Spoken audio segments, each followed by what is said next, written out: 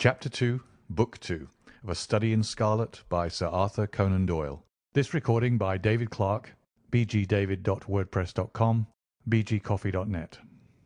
Book 2, Chapter 2. The Flower of Utah. This is not the place to commemorate the trials and privations endured by the immigrant Mormons before they came to their final haven. From the shores of the Mississippi to the western slopes of the Rocky Mountains, they had struggled on with a constancy almost unparalleled in history. The savage man and the savage beast, hunger, thirst, fatigue, and disease, every impediment which nature could place in the way, had all been overcome with Anglo-Saxon tenacity. Yet the long journey and the accumulated terrors had shaken the hearts of the stoutest among them. There was not one who did not sink upon his knees in heartfelt prayer when they saw the broad valley of Utah, bathed in the sunlight beneath them, and learned from the lips of their leader that this was the promised land, and that these virgin acres were to be theirs for evermore. Young speedily proved himself to be a skilful administrator, as well as a resolute chief. Maps were drawn and charts prepared, in which the future city was sketched out. All around, farms were apportioned and allotted in proportion to the standing of each individual. The tradesman was put to his trade, and the artisan to his calling. In the town, streets and squares sprang up, as if by magic. In the country there was draining and hedging, planting and clearing, until the next summer saw the whole country golden with the wheat crop. Everything prospered in the strange settlement. Above all, the great temple which they had erected in the centre of the city grew ever taller and larger.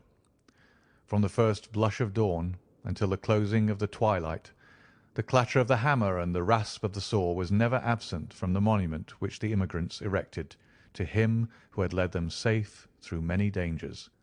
The two castaways, John Ferrier and the little girl who had shared his fortunes and had been adopted as his daughter, accompanied the Mormons to the end of their great pilgrimage.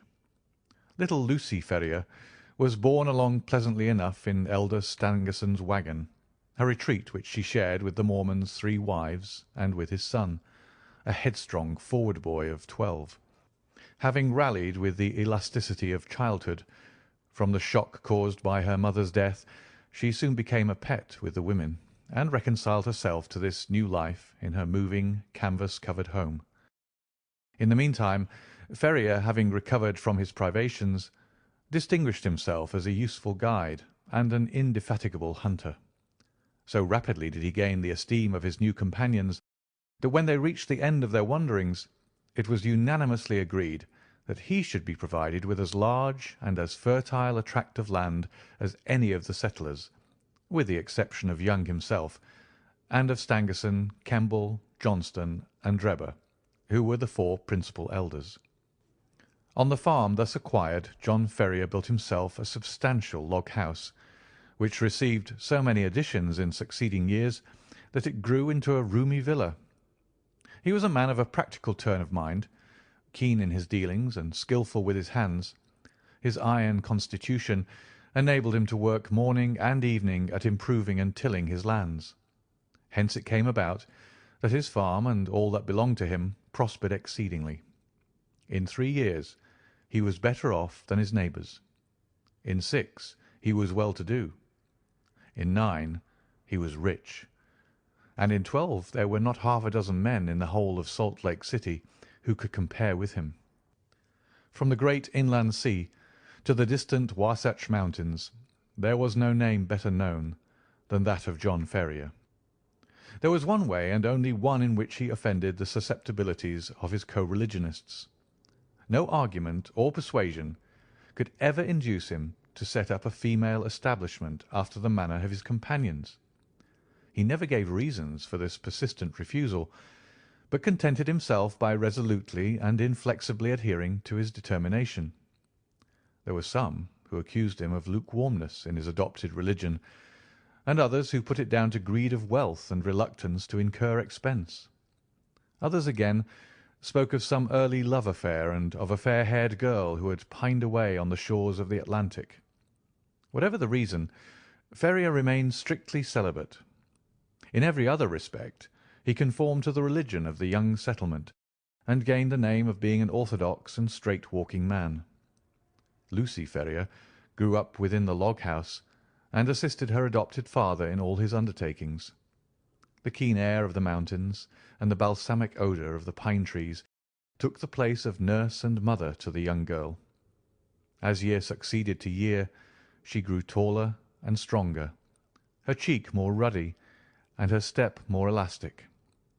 Many a wayfarer upon the high road which ran by Ferrier's farm felt long-forgotten thoughts revive in their mind as they watched her little girlish figure tripping through the wheat-fields, or met her mounted upon her father's mustang and managing it with all the ease and grace of a true child of the West.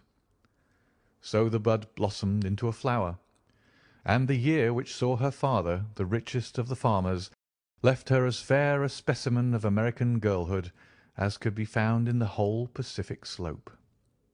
It was not the father, however, who first discovered that the child had developed into the woman. It seldom is in such cases. That mysterious change is too subtle and too gradual to be measured by dates.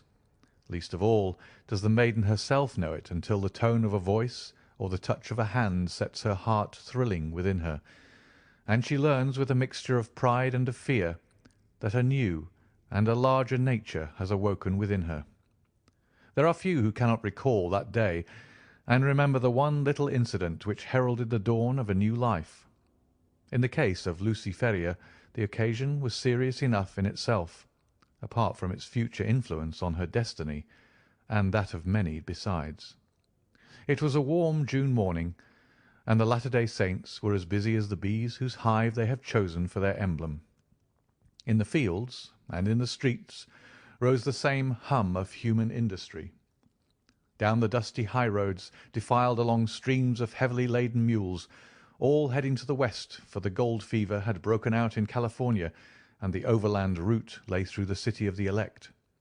There, too, were droves of sheep and bullocks coming in from the outlying pasture lands, and trains of tired immigrants, men and horses equally weary of their interminable journey. Through all this motley assemblage, threading her way with the skill of an accomplished rider, there galloped Lucy Ferrier, her fair face flushed with the exercise, and her long chestnut hair floating out behind her. She had a commission from her father in the city, and was dashing in as she had done many a time before, with all the fearlessness of youth, thinking only of her task and how it was to be performed. The travel-stained adventurers gazed after her in astonishment, and even the unemotional Indians, journeying in with their pelties, relaxed their accustomed stoicism as they marvelled at the beauty of the pale-faced maiden. She had reached the outskirts of the city when she found the road blocked by a great drove of cattle, driven by a half-dozen wild-looking herdsmen from the plains. In her impatience, she endeavoured to pass this obstacle by pushing her horse into what appeared to be a gap. Scarcely had she got fairly into it, however, before the beasts closed in behind her, and she found herself completely embedded in the moving stream of fierce-eyed, long-horned bullocks. Accustomed as she was to deal with cattle, she was not alarmed at her situation, but took advantage of every opportunity to urge her horse on in the hopes of pushing her way through the cavalcade. Unfortunately, the horns of one of the creatures, either by accident or design, came in violent contact with the flank of the mustang, and excited it to madness. In an instant it reared up upon its hind legs with a snort of rage, and pranced and tossed in a way that would have unseated any but a most skilful rider. The situation was full of peril. Every plunge of the excited horse brought it against the horns again and goaded it to fresh madness. It was all that the girl could do to keep herself in the saddle, yet a slip would mean a terrible death under the hoofs of the unwieldy and terrified animals. Unaccustomed to sudden emergencies, her head began to swim and her grip upon the bridle to relax. Choked by the rising cloud of dust and by the steam from the struggling creatures, she might have abandoned her efforts in despair, but for a kindly voice at her elbow, which assured her of assistance.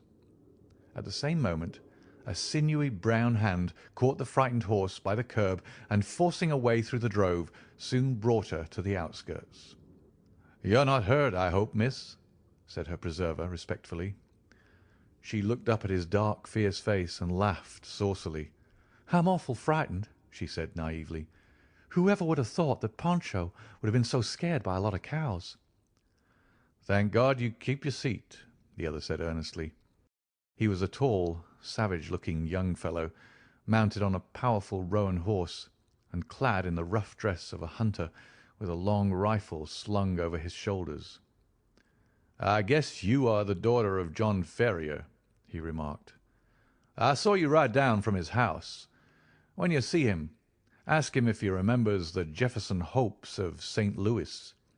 If he's the same Ferrier, my father and he were pretty thick." "Hadn't you better come and ask yourself?" she asked demurely. The young fellow seemed pleased at the suggestion, and his dark eyes sparkled with pleasure. "I'll do so," he said. "We've been in the mountains for 2 months, and are not over and above in visiting condition. He must take us as he finds us." "He has a good deal to thank you for, and so have I," she answered. "He's awful fond of me. If those cows had jumped on me, he'd have never got over it." "Neither would I," said her companion. "You? Well, I don't see that it would make much matter to you, anyhow. You ain't even a friend of ours." The young hunter's dark face grew so gloomy over this remark that Lucy Ferrier laughed aloud. "There, I didn't mean that," she said. "Of course you're a friend now. You must come and see us. And now I must push along, or father won't trust me with his business any more. Good-bye." "Good-bye," he answered, raising his broad sombrero and bending over her little hand. She wheeled her mustang round, gave it a cut with her riding-whip, and darted away down the broad road in a rolling cloud of dust. Young Jefferson Hope rode on with his companions, gloomy and taciturn. He and they had been among the Nevada mountains prospecting for silver, and were returning to Salt Lake City in the hope of raising capital enough to work some lodes which they had discovered. He had been as keen as any of them upon the business until this sudden incident had drawn his thoughts into another channel. The sight of the fair young girl, as frank and wholesome as the Sierra breezes, had stirred his volcanic, untamed heart to its very depths. When she had vanished from his sight, he realized that a crisis had come in his life, and that neither silver speculations nor any other questions could ever be of such importance to him as this new and all-absorbing one. The love which had sprung up in his heart was not the sudden, changeable fancy of a boy, but rather the wild, fierce passion of a man of strong will and imperious temper. He had been accustomed to succeed in all that he undertook. He swore in his heart that he would not fail in this, if human effort and human perseverance could render him successful. He called on John Ferrier that night, and many times again, until his face was a familiar one at the farmhouse. John, cooped up in the valley and absorbed in his work, had had little chance of learning the news of the outside world during the last 12 years. All this Jefferson Hope was able to tell him, and in a style which interested Lucy as well as her father. He had been a pioneer in California, and could narrate many a strange tale of fortunes made and fortunes lost in those wild, halcyon days. He had been a scout, too, and a trapper, a silver explorer, and a ranchman. Wherever stirring adventures were to be had, Jefferson Hope had been there in search of them.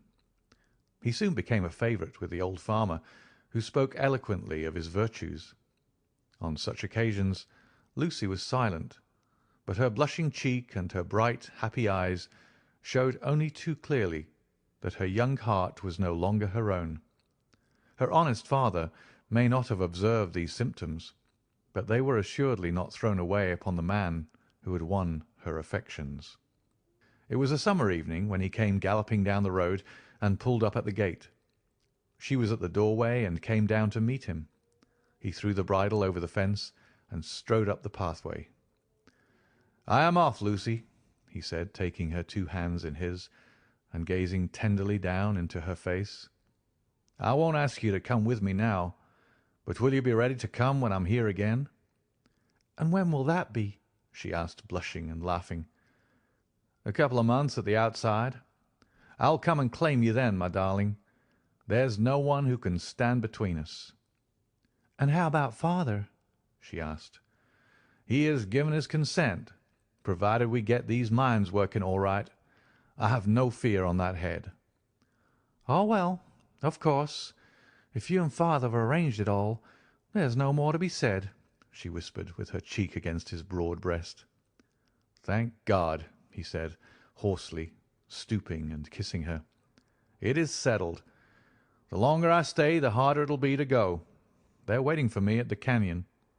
Good-bye, my own darling. Good-bye. In 2 months you shall see me." He tore himself from her as he spoke, and, flinging himself upon his horse, galloped furiously away, never even looking around, as though afraid that his resolution might fail him if he took one glance at what he was leaving. She stood at the gate, gazing after him until he vanished from her sight. Then she walked back into the house, the happiest girl in all Utah. End of Chapter 2, Book 2.